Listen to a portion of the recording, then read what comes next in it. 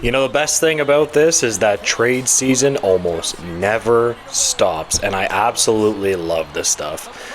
Okay, so I'm going to do a couple of Leafs news and notes, but the biggest thing is that David Pagnotta from the fourth period has been reporting, and this was reported since the Maple Leafs signed Pacioretty and re-signed Nick Robertson. It was said that they were, quote, still exploring a trade from Cervelli, who's another insider. And I was like, I don't know. Like, here's the thing. There can be competing insiders saying different things. I know you guys all understand what I'm saying here, because one insider will say, well, no, actually, it's a huge opportunity for Nick Robertson, which if he's talking about it being a huge opportunity, then I don't know about you guys, but that sounds to me like he's ready to play for the Leafs, like, right? And they're okay, so he's like ready to go. And then Cervelli comes out and says, wait, hold on. They're still going in the trade market for Nick Robertson. And I'm like, okay, so it's all very confusing, but now we have another insider, Pagnotta, from the fourth period, that is stating that they are looking for a trade for Nick Robertson for cap space, which I don't know if that really makes a lot of sense, but whatever. Now, he's not the only player that the Leafs are looking to move. They're also looking to move Connor Timmins, which, see, that to me makes a lot more sense. Connor Timmins. I'm just going to have a quick discussion about Connor Timmins as a player. Very, very strange player. Like, he offensively is pretty talented. He can move the puck. Like, he is super confident out there when he's wheeling and dealing. Like, he is a confident player. I don't know why he's so confident, but he is. And he's always just wheeling around out there whenever I watch him. And you like that from the player, but he's getting, I think, about 1.1, and the Leafs need cap space. They have other defensemen that are depth that are probably better than him in terms of, you're looking at, Philip Myers and guys like that I personally would like to have in the seventh hole rather than Connor Timmins. I don't think that they need another offensive guy, especially with Oliver Ekman-Larsson that's probably going to be taking that spot. So this actually does make a lot of sense to me, this specific trade rumor. That makes sense. When it comes to Nick Robertson, like, I really, really wonder what is going on here. Like, does he just really not want to be a Leaf or something? Like, that sounds what it might be to me. Like, maybe he just doesn't want to be in the organization anymore.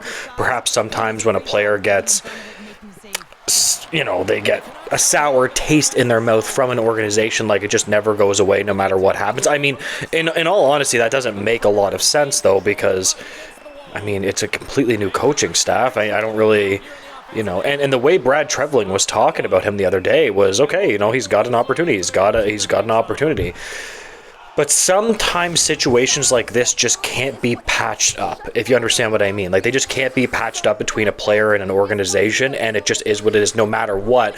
Once you have that trade request in, like, it's just not going to stop. And that is honestly, it's a little unfortunate. It is a little unfortunate, I would say. I think Nick Robertson is going to be a top six forward. I think he's going to be a very one-dimensional top six forward that would need two-way teammates to, maybe you have a center that's a defensive center or a two-way center, another guy that's a decent defensive center, and then you have Nick Robertson on the line. I think he could have a lot of success and maybe score 55 or 60 points. He's a pretty good player, man. He's not a bad player. I wish it would have worked out here, although it depends on what the Maple Leafs get for him, though. I know Leaf fans are going to be in the comments saying, well, hold on, we want a good young player back. Like, you know what I mean? Like, you're going to want a good young player back, not just some trash or some veteran. I would want a second-round pick, in my opinion. But, that's just me. Like, in my opinion, if you aren't getting at least a second-round pick back for Nick Robertson, you are at a less of an organization, because remember, they spent a second round pick to get Nick Robertson, and let's be clear, that draft pick, that second round pick has actually been pretty good right now, because let's be real, most second round picks will never make the NHL. Even a lot of first round picks don't.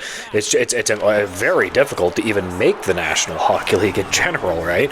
So that was a successful second round pick, so you're at least going to want a second round pick, or perhaps disgruntled younger player from another organization. Because again, this is how it is. Once a player says, hey, I want out to the organization, it's almost like when you say something in a relationship that you can't take back, and then it just sours the relationship completely. That could just be what's happening here.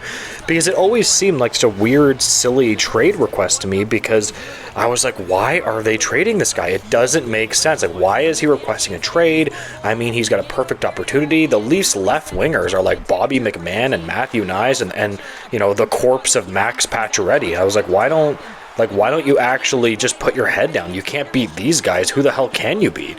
You know what I mean? Like, for real. Like, it would always seem like it didn't really make a lot of sense to me.